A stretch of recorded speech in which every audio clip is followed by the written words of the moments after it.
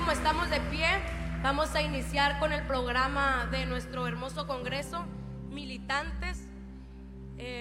La primer plenaria va a estar dirigida por nuestro coordinador distrital, nuestro hermano Samuel Martínez. ¿Qué deseamos para él? Lo recibimos con un aplauso, reconociendo la grandeza de Dios. Amén, Dios les bendiga.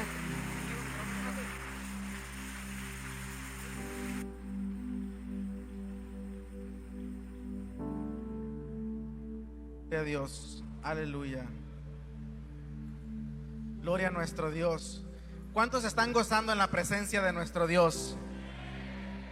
Voy a volver a preguntar, ¿cuántos están gozando en la presencia de nuestro Dios? Habremos jóvenes en esta tarde que queramos darle la gloria a nuestro Dios, que podamos rendirnos delante de la presencia de nuestro Dios. Habemos jóvenes que queramos aplaudir aún más delante de la presencia de Dios. ¿Cuántos pueden dar un grito de júbilo en esta tarde? ¿Cuántos han venido a recibir la presencia de Dios a este lugar?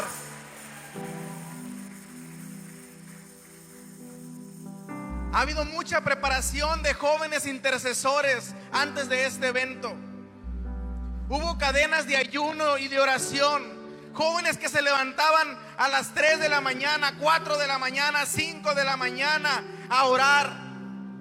O no dormían y se esperaban a la 1 de la mañana. Otros a las 2, otros a las 3 y otros a las 4 de la mañana. Solamente con el motivo de que en este lugar se levantara y se creara una atmósfera de la presencia de Dios, para que todos los que estuviéramos aquí pudiéramos sentir la presencia de nuestro Dios. ¿Cuántos traen un corazón adorador en esta tarde? ¿Cuántos traen un corazón que realmente quiere sentir la presencia de Dios? ¿Cuántos gritan gloria a Dios? Aleluya. Señor Jesús, cierra tus ojos en esta tarde. Cierra tus ojos, levanta tus manos. Señor Jesús, estamos delante de tu presencia, Jesús. Hemos venido a tener un nuevo encuentro contigo, porque aún no te conocemos como creemos conocerte. Tú eres el creador de todas las cosas. Tú eres el creador del cosmos y de la tierra, nuestro Dios. Tú eres Jesús, nuestro Dios. Y en esta hora hemos venido delante de tu presencia a rendirnos, porque reconocemos que somos jóvenes, que nos falta tu presencia. Hemos reconocido, Señor Jesús, que sin tu presencia no podemos ir a ningún lugar. En esta hora, Señor Jesús, te pido que sea tu presencia la que nos acompañe, que sea tu presencia la que nos dirija, en el nombre poderoso de Jesucristo. Y el distrito de Culiacán dice amén. ¿Cuántos pueden darle unas fuertes palmas a la presencia de nuestro Dios? Palmas fuertes, y que se escuche el pandero, porque estamos haciendo guerra. Somos militantes del reino de los cielos, y esta tarde hay guerra en el nombre de Jesús. Aleluya, aleluya, aleluya. Gloria a nuestro Dios, gloria a nuestro Dios. Puedes tomar tu lugar. El piano. Te voy a invitar a que me acompañes a un pasaje de la Biblia. Segunda carta a los Corintios, capítulo 10, verso 3. Segunda carta a los Corintios.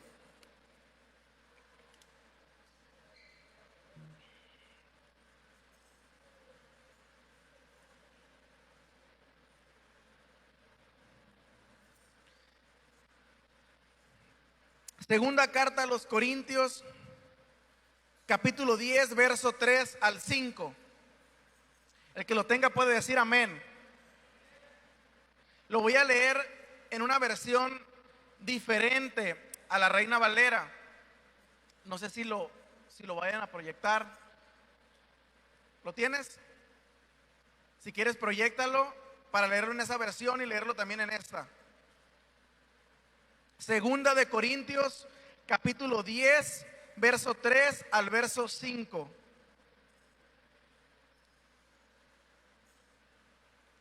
Dice así: pues aunque andamos en la carne, no militamos según la carne. Porque las armas de nuestra milicia no son carnales, sino poderosas en Dios para la destrucción de fortalezas, derribando argumentos y toda altivez que se levanta contra el conocimiento de Dios, y llevando cautivo todo pensamiento a la obediencia de Cristo. Lo voy a leer en la versión NBI, que dice: pues aunque vivimos en el mundo, no libramos batallas como lo hace el mundo.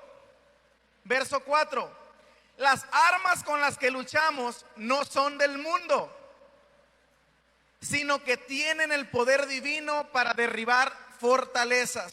Verso 5: destruimos argumentos y toda altivez que se levanta contra el conocimiento de Dios, y llevamos cautivo todo pensamiento para que se someta a Cristo. El apóstol Pablo escribe esta segunda carta, esta segunda parte, porque la primera parte de la carta a los Corintios como que no tuvo el éxito que Pablo hubiese querido. Y hermanos le dijeron a Pablo como que había controversias y no querían aceptar directamente esta primera carta. Y Pablo escribe una segunda carta. Esta segunda carta de Corintios tiene 3 motivos, pero yo solamente voy a hablar del tercer motivo de esta carta. El tercer motivo de esta carta es defender la autoridad apostólica de Pablo. Defender la autoridad apostólica de Pablo. Les iba a preguntar cómo se llamaba el congreso, pero aquí lo tenemos arriba. Se decidió llamar Militantes del Reino. Militantes del Reino. Y a partir de hoy y mañana vamos a estar haciendo esa semejanza de por qué somos militantes de un reino. El apóstol Pablo escribe esta carta a los Corintios y pareciera que en todo momento, en nuestras predicaciones o al escuchar sermones, siempre escuchamos las cosas sobrenaturales del apóstol Pablo. Que a Pablo lo mordió una serpiente y la sacudió en el fuego y no le pasó nada. Que Pablo naufragó, que Pablo adoró y la cárcel tembló. Que Pablo... Y vemos las cosas sobrenaturales de los discípulos, porque estamos acostumbrados, o nos llama más la atención lo sobrenatural. Nos llama más la atención lo sobrenatural que las cosas terrenales. ¿Cuántos siguen hasta aquí? ¿Cuántos pueden decir amén? Ahorita va a refrescar el aire. Tengan paciencia. La pregunta, jóvenes, es: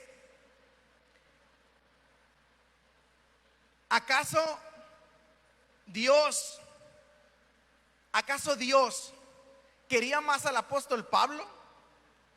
¿Por qué Mateo, Pedro o cualquiera de los discípulos no trascendieron más que el apóstol Pablo? ¿Jesús quería más a Pablo que a los discípulos? La respuesta es contundente y es un no. Jesús no es que quisiera más a Pablo que a los discípulos. Entonces podemos preguntarnos por qué Pablo trascendió aún más en el cristianismo que los discípulos. Y hay algo que en ocasiones no nos damos cuenta porque nos gusta solamente lo sobrenatural. Y lo sobrenatural es lo más hermoso que pueda existir. Sí. Pero hay algo que el apóstol Pablo tenía que los discípulos no tenían.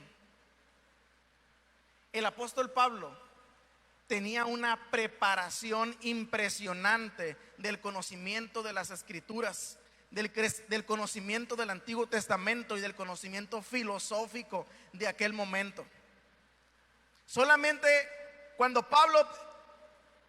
fue la existencia del apóstol Pablo, solamente habían pasado 400 años de Sócrates, Platón y Aristóteles.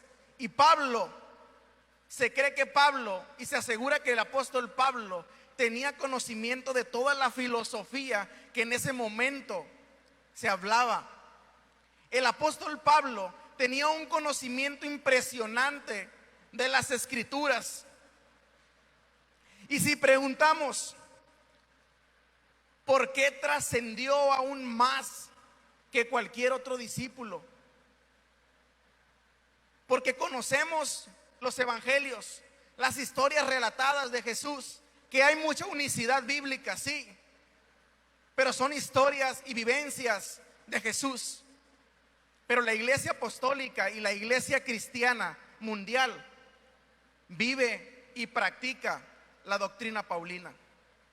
Porque cuando Pablo tuvo un conocimiento con Jesús, supo interpretar de manera profunda aquel conocimiento del Dios Todopoderoso, al conocimiento que él había tenido. Y si hacemos la semejanza de por qué esta palabra, con ser un militante viene del latín militans y significa el que se adiestra para la guerra. Militante significa el que se adiestra para la guerra, y su significado es una persona que pertenece a un grupo. La milicia, y su significado es la técnica de hacer la guerra y de preparar a los soldados para ella. El que se adiestra para la batalla. ¿Cuántos de los jóvenes que estamos aquí sabemos que somos parte del gobierno o reino celestial implantado en la tierra? ¿Cuántos saben eso? En ocasiones podemos hablar de misiones, podemos hablar de evangelismo, podemos hablar del tema que ustedes quieran. El detalle es que en ocasiones no dominamos lo que creemos.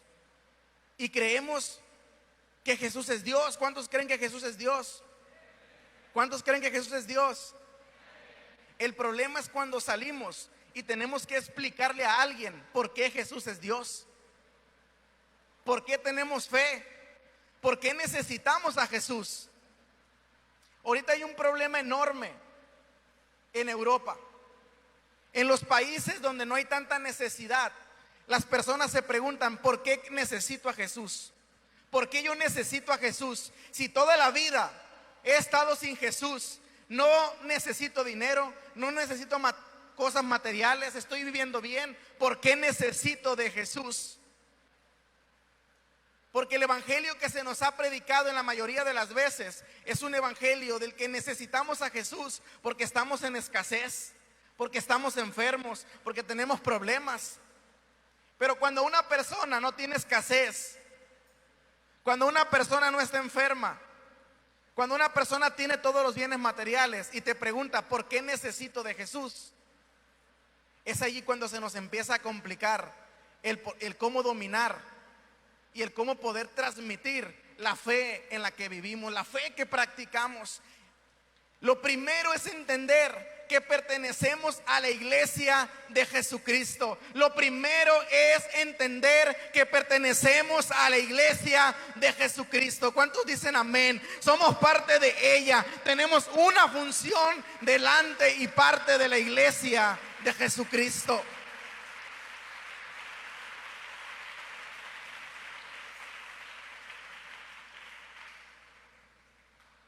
En el verso 3 dice: pues aunque vivimos en el mundo, no libramos las batallas como el mundo. Aunque vivimos en el mundo, no libramos batallas como lo hace el mundo. Pablo con esto está haciendo una separación, una dicotomía entre las personas del mundo y los cristianos, entre cómo combate una lucha alguien del mundo y cómo la combate algún cristiano. Somos del mundo. Hay otra versión que dice somos humanos. Sí, somos humanos, pero no actuamos bajo las leyes de los humanos, sino bajo las leyes celestiales. En el verso 4 dice: las armas con que luchamos no son del mundo, sino tienen el poder divino para derribar fortalezas. Cuando este pasaje bíblico lo leemos línea tras línea, podemos entender la profundidad en la que Pablo está escribiendo. Cuando escribe el verso 4 de las armas que utilizamos nosotros, que no son del mundo. El mundo utiliza armas materiales para destrucción del cuerpo, para la destrucción de países, para la destrucción de estados, de ciudades, pero sobre todo la destrucción del cuerpo. Pero las armas que utiliza el cristiano son de un poder divino para derribar fortalezas. Pero la pregunta sería: Pablo, apóstol Pablo, ¿qué fortalezas tengo que derribar? ¿Qué fortalezas los jóvenes de Culiacán tenemos que derribar? Podemos cuestionar y preguntar: ¿qué fortalezas quieres que derribemos? Y Pablo sigue mencionando en el verso 5 y dice: destruimos argumentos y toda altivez que se levanta contra el conocimiento de Dios, y llevamos cautivo todo pensamiento para que se someta a Cristo. A pesar de que la guerra espiritual es hermosa, es preciosa la guerra espiritual, a veces, cuando la contamos, no cuando la estamos viviendo.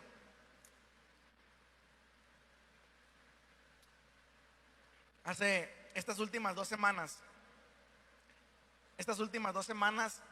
fueron noches muy pesadas para mí, porque antes de acostarme me ponía a orar y tenía un momento en la presencia de Dios.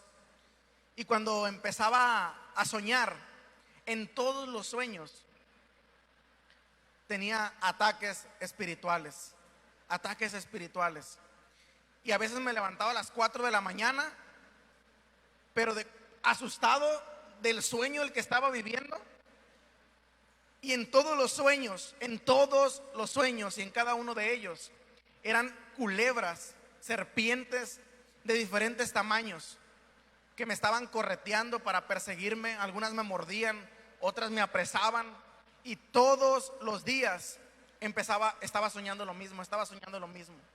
A pesar de que le tengo una fobia enorme a las culebras, para mí era algo muy frustrante, y todas las noches estaba viviendo lo mismo. La guerra espiritual es real y es fuerte, pero en este verso, en este pasaje, el apóstol Pablo no está hablando de una guerra espiritual.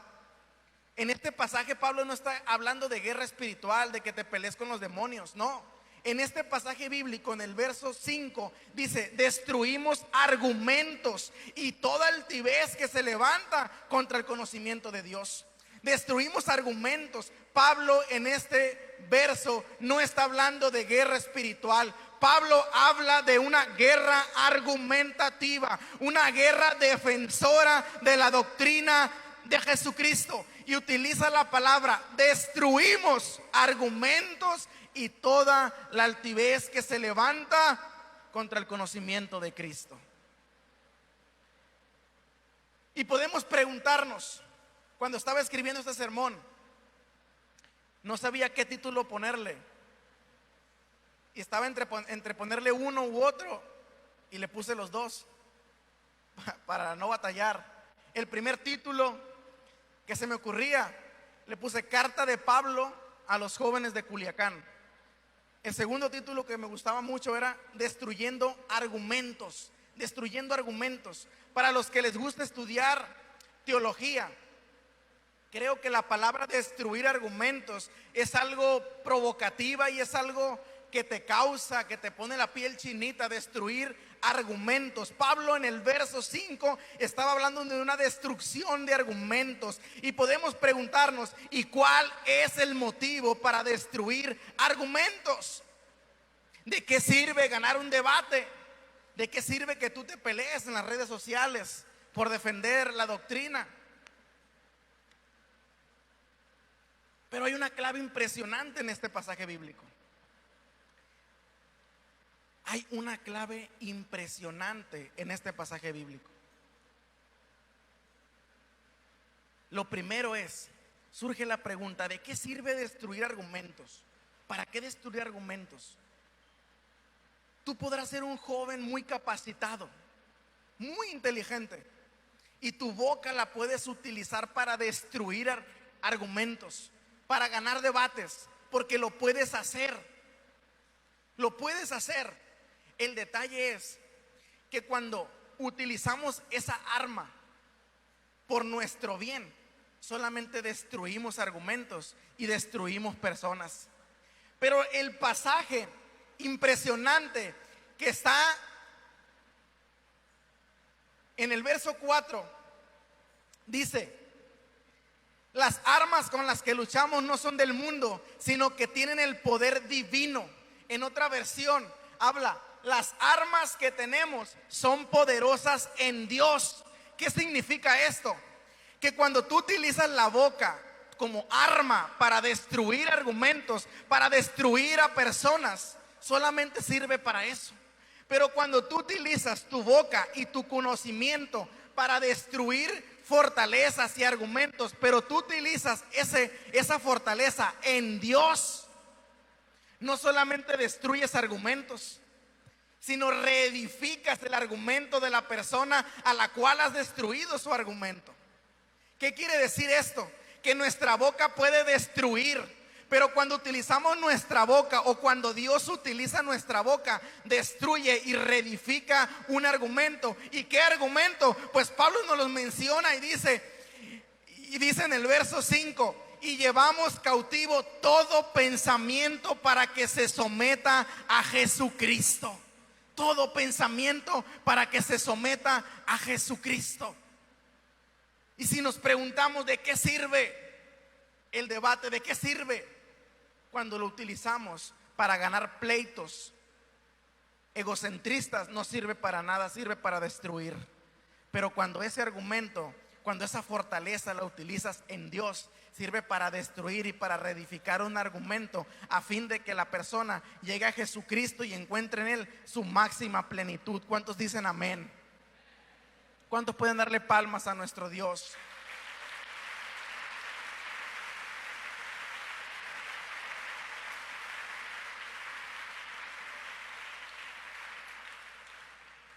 El llamamiento del apóstol Pablo fue algo muy especial. ¿Cuántos de los que están aquí, levanten la mano, han leído el llamamiento del apóstol Pablo? Si no lo han leído, que no les dé pena. Miren, se los voy a explicar en otro idioma, el llamamiento del apóstol Pablo. Vamos a echar a volar la imaginación. Culiacán es una ciudad muy futbolera. Dicen que aquí reina el béisbol, pero no es así. Aquí reina el fútbol. Culiacán es una ciudad futbolera, el béisbol también se consume. Pero se los voy a explicar así, para que vean cuál fue la importancia de la llegada de Pablo al cristianismo. Se los voy a explicar en otro idioma. Imaginen a Jesús reclutando a sus discípulos. Imagínense a Jesús. Para muchos historiadores y teólogos, Jesús es el mayor estratega que ha existido en la humanidad. Es el mayor estratega. Hay un libro que es bestseller que se llama Jesús, el mejor líder del mundo. Jesús era el mejor estratega, es el mejor estratega. Vamos a ponerlo así, se los voy a poner en otro lenguaje para que los jóvenes y los adolescentes puedan entender la magnitud de la llegada de Pablo al cristianismo. Imagínense a Jesús reclutando a sus jugadores. Imagínense a Jesús reclutando a sus jugadores, porque como iban a meterse a Grecia, pues querían dominar toda Europa, Asia, África y todo. Y Jesús tenía que hacer su once, ¿no? Su cuadro inicial. Jesús ocupaba hacer su cuadro inicial con lo que iba a competir contra los filósofos griegos, contra otras personas, contra los rabinos y contra otras gentes, ¿no? Imagínense a los discípulos. Vamos a ponerlo más o menos, vamos a hacer un ejemplo de cómo habría quedado esto. ¿Conocen a los seguidores de Jesús? Amén. ¿Los conocen? Si no los conocen, ahorita los van a conocer. Imagínense a Jesús armando su once inicial para contraatacar a los rabinos y a los filósofos griegos. Porque los filósofos griegos los leemos que estaban fáciles, pero no estaban fáciles. Los rabinos no estaban fáciles. Tenían argumentos y argumentos fuertes, argumentos poderosos. Entonces Jesús estaba armando su once. Imagínense al once inicial con el que Jesús iba a iniciar. De portero iba a iniciar Jesús con un 4-4-1-1. Una alineación un poquito antigua, no podemos decir 4-3-3, es un poquito más nueva la alineación, pero un 4-4-1, un 1-4-4-1. De portero iría Santiago, eso es seguro. De central metería a Mateo y a Felipe. Mateo era cobrador de los tributos públicos, a Mateo no se le iba nada. Entonces no hubiera dejado pasar a nadie. De laterales hubiera metido a Tomás y a Santiago, hijo de Alfeo. En la contención, imagínense esto, a Andrés. Los futbolistas saben por qué. De contención hubiera metido a Andrés y a Lucas. Por la banda derecha a Pedro, porque era intrépido. Dice la Biblia que era intrépido, que se animaba a hacer cosas que nadie más se animaba. Por la otra banda hubiera metido a Juan. Y aquí empieza a haber una duda. Y dice, Jesús dijo, ocupamos un falso 9.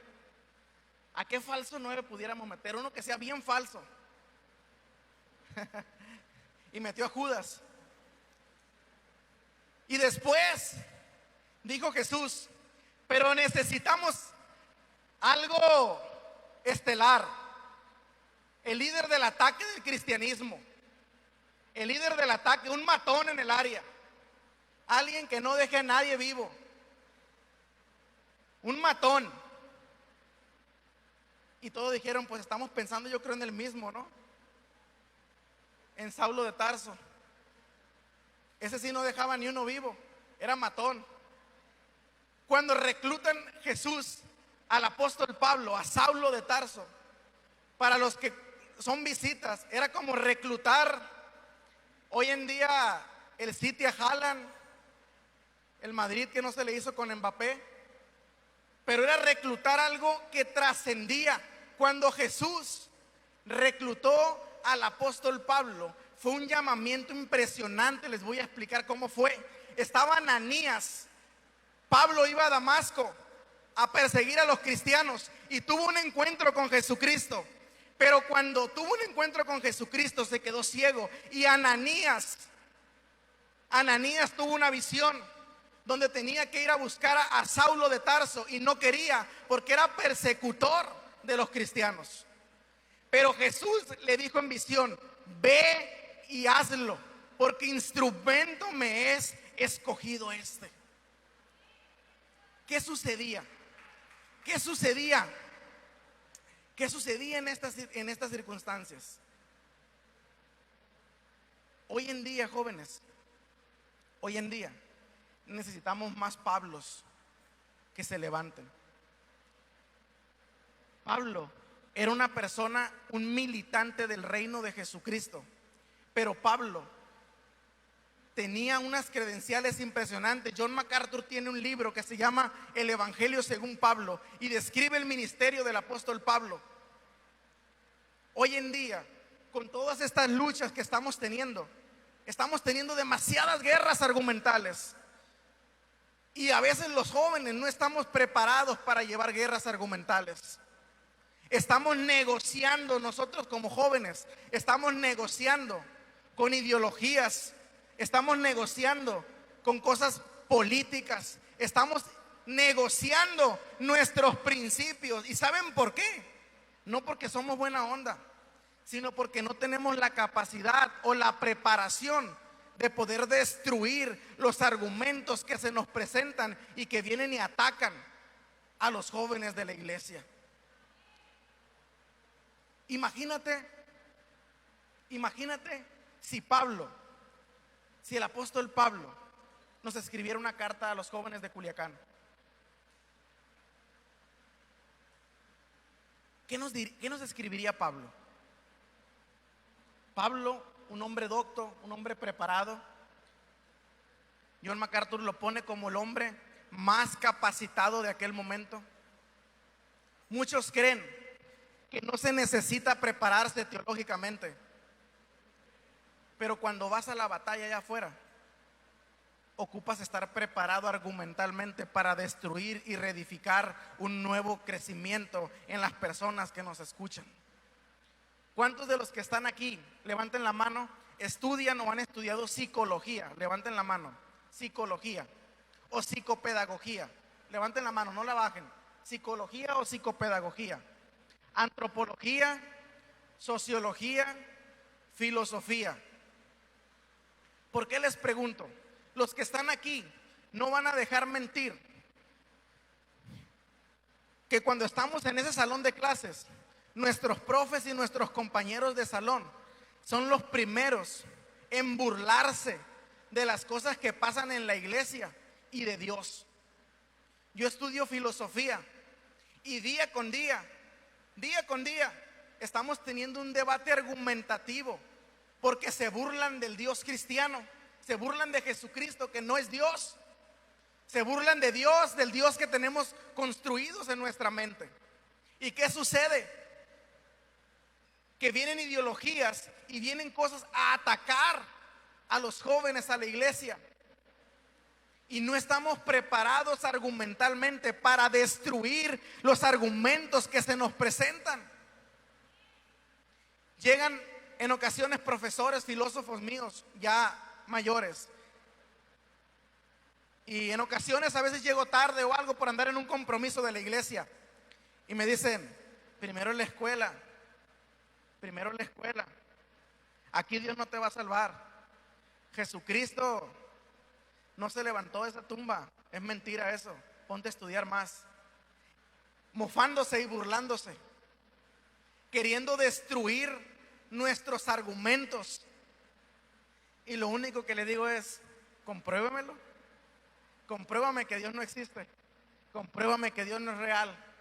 Y empieza una guerra argumentativa. Y empiezas a debatir con científicos. El que ha estudiado ciencia puede tener el mismo problema con sus profes. ¿Y qué sucede? Imagínate este escenario. Imagínate el escenario donde tú tienes que debatir con tus primos, con tus amigos, con tus profesores, con tus compañeros de salón, que tienes que debatir argumentalmente con un profesor que te da clases y que te dice que es mentira, que Jesús no es Dios, que Dios no es real, y que tú tengas tantos argumentos que logres destruir, pero no solamente destruir, sino reedificar un pensamiento nuevo en él con el arma poderosa en Dios, hasta que ese profesor se someta al pensamiento de la obediencia de Cristo. ¿Cuántos dicen amén? Imagínate ese escenario, porque Culiacán necesita de jóvenes preparados, de jóvenes que vayan a la guerra argumental a favor de la doctrina apostólica. Ya para terminar,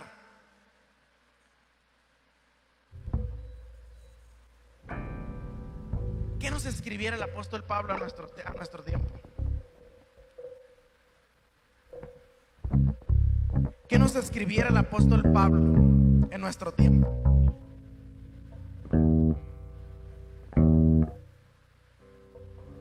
El otro día me hacía una pregunta y opinaba: ¿qué opinará la gente de mí? ¿Cuántos se han preguntado eso? ¿Qué opinará la gente de mí? Y duré horas sacándole pluma, pensando. Pero luego pensé: ¿qué pensará Dios de mí? Y cuando tuve ese pensamiento, ¿qué pensará Dios de mí?, me di cuenta que lo que las personas opinen no es interesante. Dios conoce tu corazón y tu mente, y lo que opine Dios de ti sí es impresionante. Si el apóstol Pablo escribiera una carta a los jóvenes de Culiacán, ¿qué nos escribiría? ¿qué nos escribiría el apóstol Pablo? Yo redacté más o menos algo con el lenguaje del apóstol Pablo que nos pudiera escribir a los adolescentes y a los jóvenes de aquí de Culiacán. Por la mayoría de los jóvenes que conozco me basé en esa estadística para escribir. Imagínense una carta paulina. Pablo escribe a los jóvenes apostólicos del distrito de Culiacán. Pablo siempre se presenta, Pablo, apóstol de Jesucristo por voluntad de Dios, y al hermano Rogelio Rocha, a la iglesia apostólica que está en Culiacán, con todos los jóvenes que están en todo el distrito. Gracia y paz a vosotros de Dios nuestro Padre y del Señor Jesucristo, rogando que de alguna manera tenga al fin, por la voluntad de Dios, un próspero viaje para ir a vosotros, porque deseo veros para comunicaros algún don espiritual, a fin que seáis confirmados. Esta es la salutación, aquí vamos. Aquí hicimos una capirotada de todas las cartas, ¿no? Luego diría, os ruego a los jóvenes, os ruego que aprovechen al máximo cada momento oportuno, porque los días son malos. Que prediquen la palabra, que insten a tiempo y fuera de tiempo, redarguyan, reprendan, exhorten con toda paciencia y doctrina, porque están en tiempos donde sufren la sana doctrina. No hagan caso a ninguna ideología que venga a corromper sus creencias. No se dejen convencer, sino más bien tomen la palabra, que es la verdad, y destruyan todo argumento que atente en contra de los principios de Cristo. No pierdan su tiempo. No pierdan su tiempo en Netflix ni en ninguna plataforma de películas. A los adolescentes no les diría, dejen ya un momento el Fortnite, dejen un momento el Free Fire o el Warzone, el PUBG móvil, por un momento. A esos jóvenes que se dedican a solo desperdiciar su tiempo, procuren mejor evangelizar en la escuela, procuren mejor en todo momento buscar y adentrarse al conocimiento pleno de Jesucristo, nuestro Dios, que es nuestra máxima plenitud. ¿Cuántos dicen amén? Más o menos construiríamos una carta paulina a los jóvenes del distrito de Culiacán. La realidad es que hoy en día todos andan en búsqueda de la felicidad, en búsqueda del éxito, en búsqueda de tener una vida plena. Y nuestro mayor argumento, como lo decía y lo citaba San Agustín de Hipona en su tratado El Libre Albedrío, Dios creó al hombre para que el hombre elija estar cerca de Él, pues es el único lugar donde encontrará la plenitud y la felicidad. ¿Cuántos dicen amén? La realidad ante estas palabras es que es hora de que los jóvenes de Culiacán se levante una generación capacitada, que se levanten Pablos a predicar en lugares donde hay profesores universitarios, donde hay ideologías, donde hay argumentos humanos, y derribar todos sus argumentos, reedificando en ellos la única verdad, que es Cristo Jesús nuestro Dios. Él es el camino, la verdad y la vida, y nadie viene al Padre si no es por Él. Si no es por Él.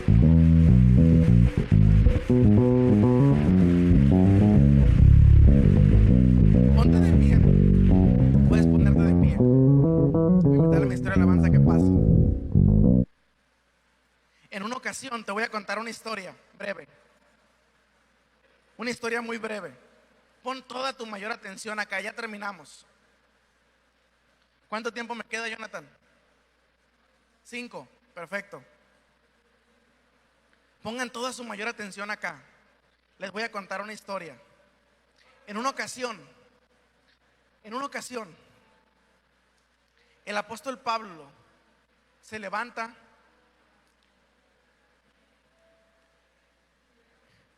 los mayores filósofos Los mayores filósofos en la historia no han negado la existencia de Dios. Hermano Modesto, los filósofos, el 90% de los filósofos cree que hay un Dios. Aristóteles creía que había un Dios y le llamó el motor inmóvil. Decía Aristóteles, ahí está, es el que hace que el mundo gire. Le dio un empujón y ya no está más. Él ya no se comunica más con nosotros. No sé cómo llamarlo, le voy a poner el motor inmóvil. Es un ser supremo. Stephen Hawking era filósofo para los científicos y para los filósofos era científico. Empezó escribiendo un libro, Stephen Hawking, donde decía que nada se necesitaba de Dios, y terminó escribiendo la partícula de Dios. No llegó a otra conclusión. Platón sabía que había un Dios. Aristóteles sabía que había un Dios. Sócrates sabía que era un Dios. Los presocráticos sabían que había un Dios. ¿Saben cuál era el problema? Que no sabían cómo se llamaba. No sabían cómo se llamaba. Sabían que había un creador de todas las cosas, porque era tan perfecto todo que no se pudo haber creado de la nada. Un principio filosófico es que la nada no puede crear algo porque es nada, y si es nada no existe. Y si algo crea algo, entonces ese algo que creó a todo se le denomina Dios. El problema es que ¿cómo se llama? ¿Cómo se llama? Entonces Pablo va a un lugar donde están todos los griegos, los más chacas, los más famosos en el Instagram, en el TikTok, y ve el apóstol Pablo que están todos los dioses,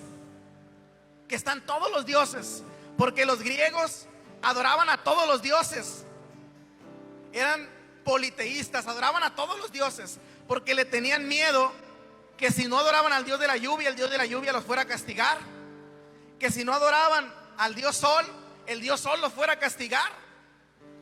Entonces tenían un altar a todos los dioses, y ellos sabían que eran dioses pequeños, que eran dioses que ahí estaban porque eran vistos: la luna, el sol, las estrellas, la lluvia.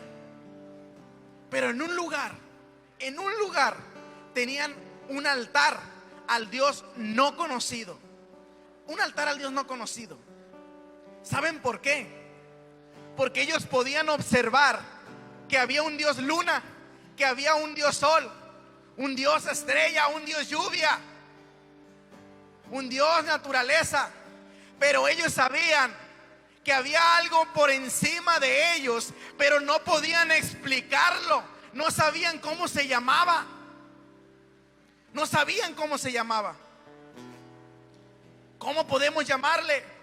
¿Cómo podemos hacer un altar a un Dios que no conocemos su nombre? Y le llamaron al altar el altar del Dios no conocido. No, muchos interpretan, y predicadores ya he escuchado yo, que dicen: es que ese altar no tenía chiste, ese altar era insignificante porque era el Dios no conocido. No. Imagínense la importancia del filósofo y del pensamiento de ese momento, que le construyeron un altar a algo que ellos saben que existe y que es real, pero que no sabían cómo comprobarlo. Y ahí llega, ¿quién creen que llega? Pablo. Y dicen: yo les voy a presentar al Dios no conocido. Yo les voy a presentar a Jesucristo.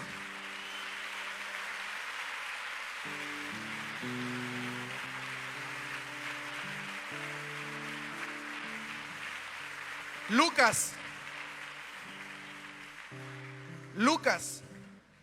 escribe a los griegos. Mateo escribe a los judíos. Juan a la iglesia en general. Marcos escribe a los romanos. Pero Lucas escribe su evangelio a los griegos. Chequen este dato interesante. Para los griegos, Ellos habían alcanzado la máxima plenitud del hombre más sabio y ya no les satisfacía nada. Ya habían pasado los mayores filósofos de la historia. Ya no les satisfacía ningún hombre sabio. Ellos decían: necesitamos algo divino para que nuestro pensamiento pueda cambiar. Y el Evangelio de Lucas, presentado a los griegos, presenta a Jesús como el hombre divino y perfecto. Como el hombre divino y perfecto. ¿Sabes por qué? ¿Sabes por qué el apóstol Pablo dijo: ese altar del Dios no conocido yo les voy a presentar?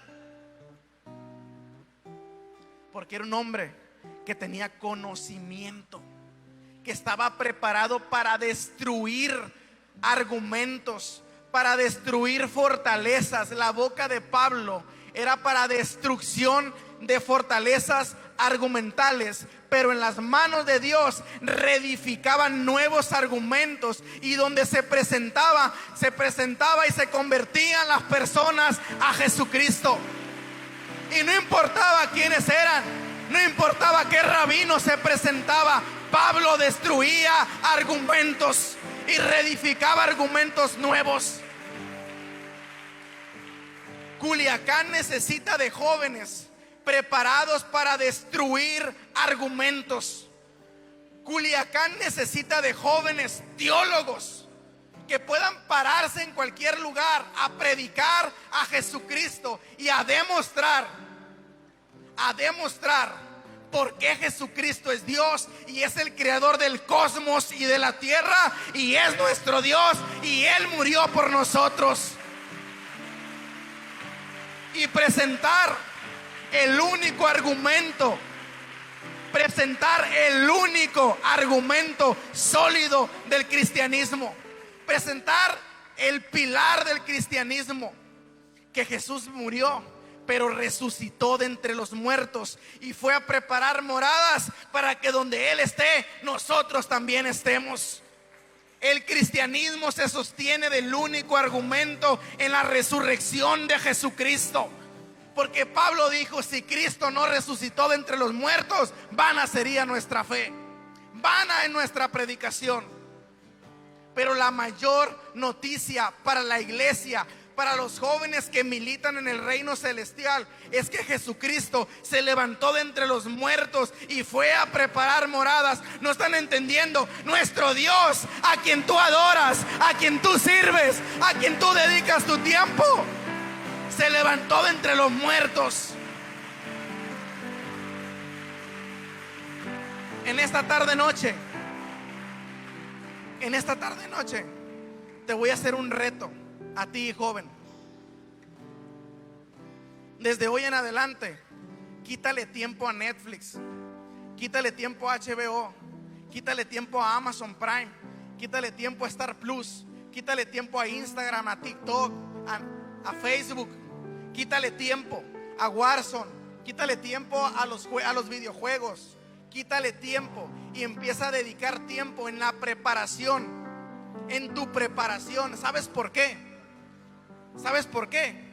Porque entre más conozcas de la palabra de Dios, más vas a poder ser utilizado por Dios. Entre más te prepares bíblicamente y espiritualmente, porque Pablo no solamente era teólogo, Pablo no solamente estaba poderoso en argumentos, Pablo tenía el poder de Dios, y donde Pablo adoraba, cárceles temblaban, barrotes se rompían. Porque el conocimiento humano, la letra, con la presencia de Dios, destruye argumentos, destruye fortalezas. Pero ¿sabes qué es lo más importante? Que da vida, y vida en abundancia. ¿Cuántos dicen amén? Levanta esas fuertes palmas a nuestro Dios, a la presencia de Dios.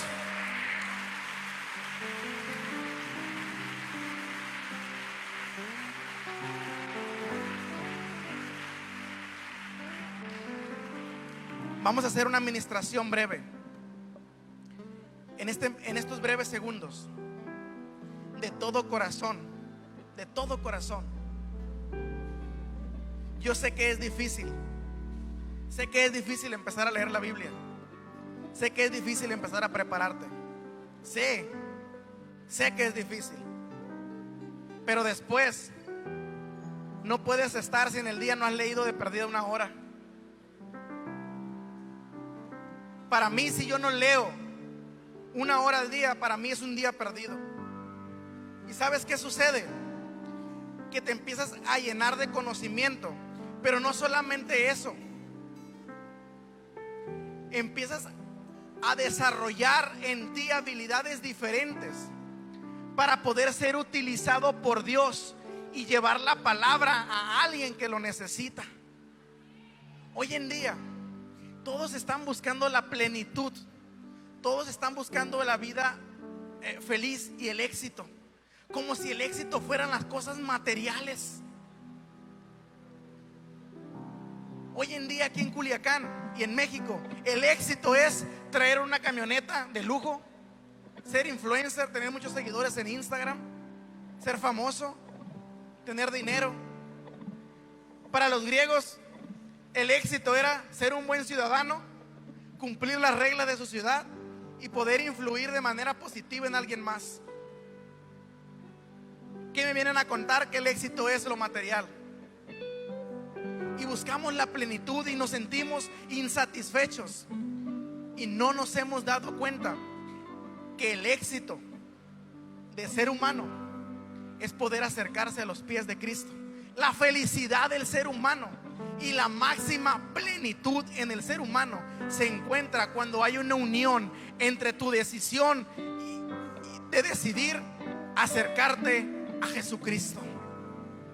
Y en esta hora, en la administración, me gustaría que le dijeras a Dios: Señor, quiero dedicar más tiempo a la lectura de tu palabra. No solamente te pongas a leer la Biblia, no, busca a teólogos buenos y empieza a estudiar la Biblia. No leas solamente la Biblia, estudia la Biblia, atesora la Biblia en tu corazón. Y el día de mañana, cuando encuentres a una joven, a un joven que se quiere suicidar, tú vas a tener palabras de vida y vida en abundancia. El día de mañana, cuando encuentres a un joven en depresión, vas a tener palabra y palabra de abundancia. Cierra tus ojos en esta tarde noche. Cierra tus ojos. Hemos desperdiciado demasiado nuestro tiempo. El tiempo pasa tan rápido. Y lo más importante que tenemos en la vida es el tiempo. El dinero se puede recuperar, las cosas materiales se pueden recuperar, pero el tiempo es lo único que pasa y que ya no vuelve. Cada segundo que pasa, cada segundo que pasa, cada minuto que pasa y cada hora que pasa, reemplaza a una que ya se fue. Y Jesús, nuestro Dios, necesita de jóvenes que se alimenten de las Escrituras, pero sobre todo que encuentren en las Escrituras y que encuentren en el pasar tiempo con Él la máxima plenitud del estado del ser humano, que es Jesucristo. Levanta tus manos y cierra tus ojos. Señor Jesucristo, en esta tarde noche estamos delante de tu presencia.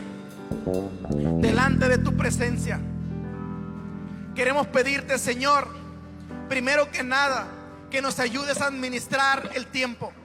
Que nos ayudes, Señor Jesús, a administrar el tiempo, poder pasar más tiempo contigo. Pero sobre todo, todo militante da su vida por la nación, pero cuando militamos en el reino de Jesucristo, damos la vida por el reino de Jesucristo, porque hemos encontrado en el reino de Jesucristo nuestra mayor plenitud. En esta hora, en el nombre de Jesús, levanta tus manos. Todos los que están arriba, levanten sus manos. Levanten sus manos. Cuando comprendes la frase, Cristo Jesús, eres mi plenitud, cuando comprendes esa frase, te das cuenta que lo único que importa en esta vida es estar cerca de Jesús. Lo único que importa en esta vida es dedicar tiempo a Jesús.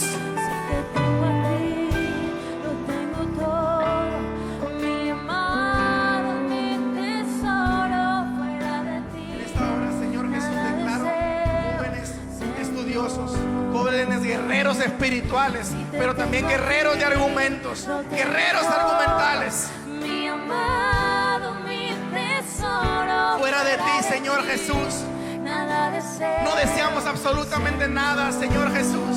Vuélvelo a cantar una vez más. Jesús, Dile: Cristo Jesús, eres mi plenitud. tú eres mi plenitud. Cristo Jesús, Cristo Jesús, eres mi plenitud. eres mi plenitud. Una vez más. Cristo Jesús, eres mi plenitud. Una vez más. Cristo Jesús, eres mi plenitud. Díselo así al Señor, díselo así, con toda tu voz. Tengo a ti, lo tengo todo. Mi amado, mi tesoro. Fuera de ti, Fuera Señor. de ti, nada deseo, Señor. Si te tengo a ti, lo tengo todo. Mi amado, mi tesoro. Fuera de ti, nada deseo, Señor. Y si te tengo a ti, lo tengo todo. Mi amado, mi tesoro. Fuera de ti, nada deseo, Señor. Si te tengo a ti, lo tengo todo. Mi amado, mi tesoro. Fuera de ti, nada deseo, Vamos a cantar el coro a capela. si te tengo a ti.